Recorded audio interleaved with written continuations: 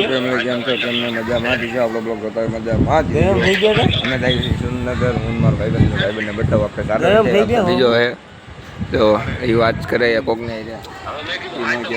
Surnagar railway station બેઠા હી તો માલગાડી આવી ગઈ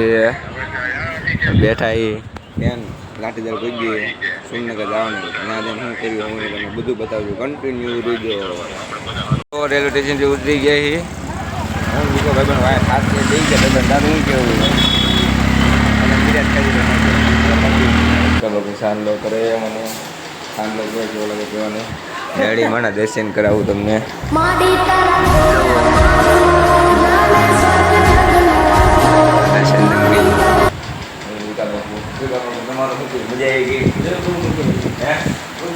મિત્ર બહુ મજા આવી છે આ ડોય અહીંયા હું